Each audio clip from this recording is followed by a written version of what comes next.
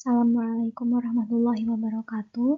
Perkenalkan, saya Rizka Rahmania Yusuf, mahasiswa S1 PCC Manajemen Universitas Siber Asia. Pada kesempatan kali ini, saya akan mempresentasikan jawaban soal kasus ujian akhir semester Manajemen Investasi yang diampu oleh Ibu Pustika Ayuningpuri. Seorang investor ingin menempatkan dananya pada dua aset yang berbeda, yaitu saham dan obligasi, dan meminta Anda sebagai konsultan keuangan mengevaluasi kinerja portofolio yang sudah ia miliki sebelumnya. Anda diberikan data sebagai berikut. A. Analisis saham. Perusahaan baru saja membagikan dividen sebesar Rp2.000 per lembar. Investor mengharapkan dividen tumbuh sebesar 10% per tahun secara konstan. Jika tingkat pengembalian yang disyaratkan adalah 15%, hitunglah nilai intrinsik saham tersebut dengan menggunakan model pertumbuhan konstan atau Gordon Model. B. Analisis obligasi. Investor juga melirik obligasi dengan nilai nominal Rp10 juta, jangka waktu 5 tahun, dan tingkat bunga kupon 12% per tahun, dibayar tahunan. Jika tingkat bunga pasar saat ini adalah 10%, tentukan harga wajar obligasi tersebut. Apakah obligasi ini dijual pada harga premium atau diskon? C. Evaluasi portofolio saat ini. Investor sudah memiliki portofolio A dengan kinerja setahun terakhir sebagai berikut. Rata-rata return portofolionya 18%, rata-rata return bebas risiko 6%, beta portofolio 1,2, standar deviasi 20%, return market 14%. Anda sebagai konsultan diminta untuk menganalisis dan mempresentasikan poin-poin berikut. Yang pertama, analisis nilai intrinsik. Tunjukkan perhitungan nilai saham PT Maju Bersama. Bandingkan dengan asumsi jika harga pasar saat ini adalah Rp45.000, apakah saham tersebut layak dibeli under value atau dijual over value. Yang kedua, penilaian obligasi. Jelaskan mengapa harga obligasi tersebut berada di atas atau di bawah nilai nominal berdasarkan perbandingan bunga kupon dan bunga pasar. Yang ketiga, evaluasi kinerja. Hitung indeks Sharpe dan indeks Jensen untuk portofolio A. Jelaskan kepada investor apakah manajer portofolionya telah bekerja dengan baik, mengalahkan pasar atau tidak. Yang jawaban A, analisis saham, Gordon Growth Model. Diketahui, dividen yang baru dibagikan adalah Rp2.000. Tingkat pertumbuhan dividennya 10% dan tingkat pengembalian yang disyaratkan adalah 15%. Yang ditanyakan adalah nilai intrinsik saham. Langkah pertama yang harus dilakukan adalah menghitung dividen tahun depan. Dividen tahun depan sama dengan dividen yang baru dibagikan dikali 1 ditambah tingkat pertumbuhan dividen. Dividen yang baru dibagikan adalah 2.000 dikali 1 ditambah 0,1 atau 10%. Hasilnya adalah 2.200. Untuk menilai nilai intrinsik saham, digunakan model pertumbuhan konstan atau Gordon Growth Model karena dividen diasumsikan tumbuh secara stabil setiap tahun.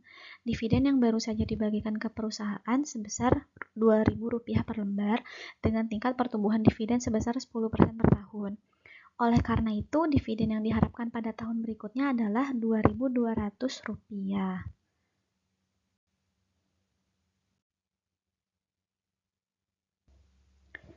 Langkah kedua adalah menghitung nilai intrinsik saham.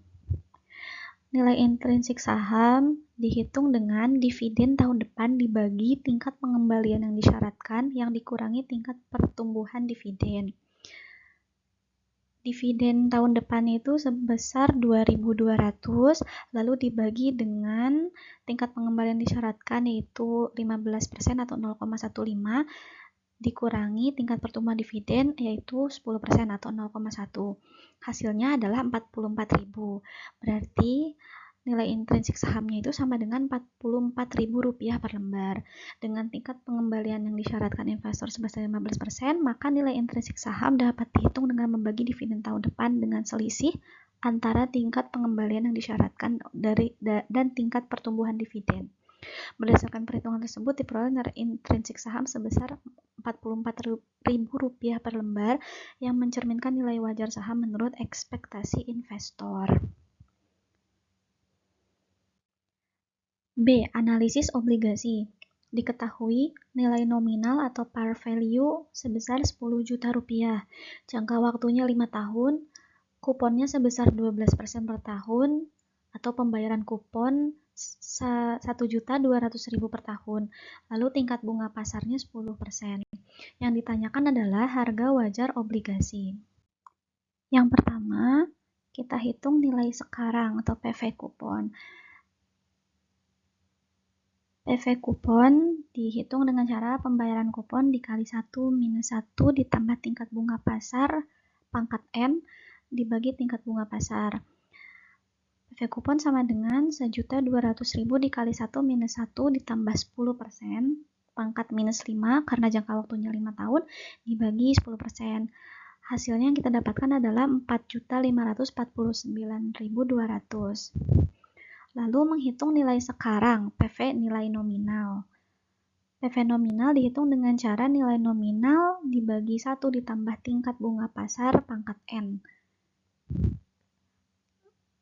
Yang berarti PV nominal sama dengan 10 juta dibagi 1,1 di pangkat 5. Hasilnya adalah 6.209.000.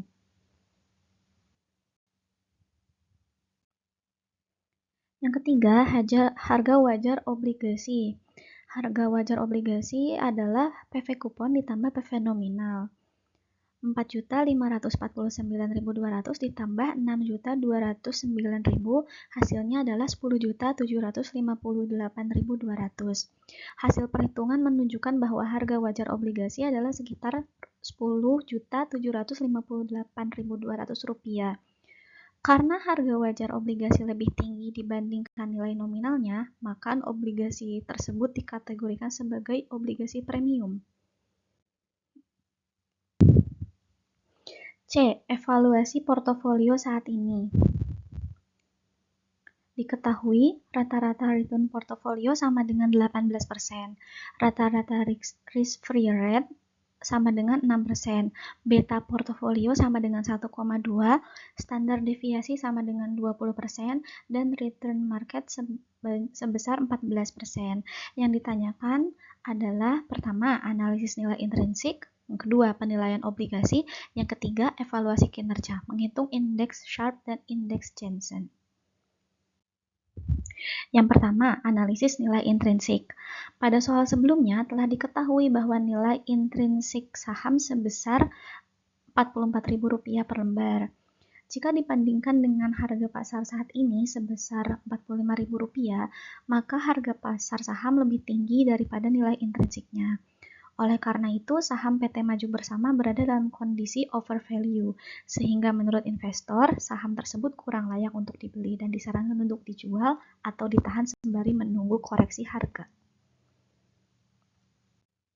Yang kedua, penilaian obligasi. Harga obligasi ditentukan oleh hubungan antara tingkat bunga kupon dan tingkat bunga pasar. Obligasi yang dianalisis memiliki tingkat bunga kupon sebesar 12% per tahun, sedangkan tingkat bunga pasar saat ini sebesar 10%. Obligasi tersebut menjadi lebih menarik bagi para investor karena besarnya bunga kupon lebih tinggi dibandingkan bunga pasar.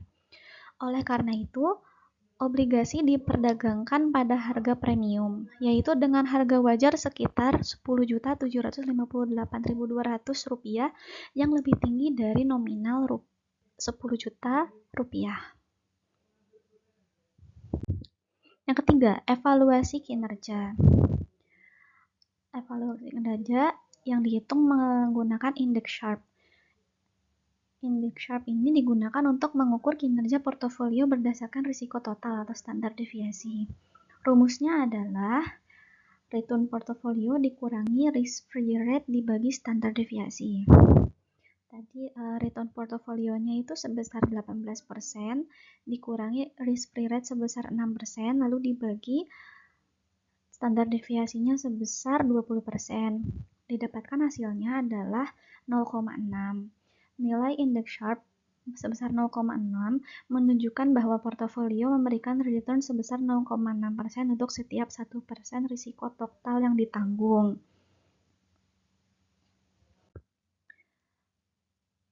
Lalu menghitung indeks Jensen atau alpha Jensen.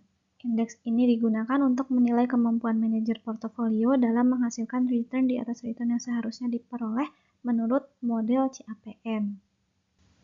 Rumus dari indeks Jensen adalah alpha sama dengan return portofolio dikurangi risk-free rate ditambah beta portofolio dikali return pasar dikurangi return portofolio. Jadi alfa sama dengan 18% dikurangi 6% ditambah 1,2 dikali 14% dikurang 6%. Hasilnya yang kita dapatkan adalah 2,4%. Nilai alfa Jensen sebesar 2,4% menunjukkan bahwa portofolio mampu memberikan return lebih tinggi dibandingkan return yang diharapkan berdasarkan risiko sistematisnya. Kesimpulannya, berdasarkan hasil analisis, saham PT Maju Bersama saat ini berada dalam kondisi overvalue, sedangkan obligasi berada pada posisi premium karena tingkat kupon yang lebih tinggi dari bunga pasar.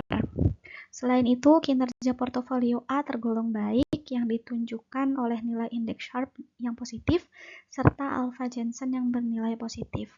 Hal ini mengindikasikan bahwa manajer portofolio telah bekerja dengan baik dan berhasil mengalahkan kinerja pasar. Sekian presentasi dari saya. Mohon maaf apabila banyak kesalahan dan kekurangan. Wassalamualaikum warahmatullahi wabarakatuh.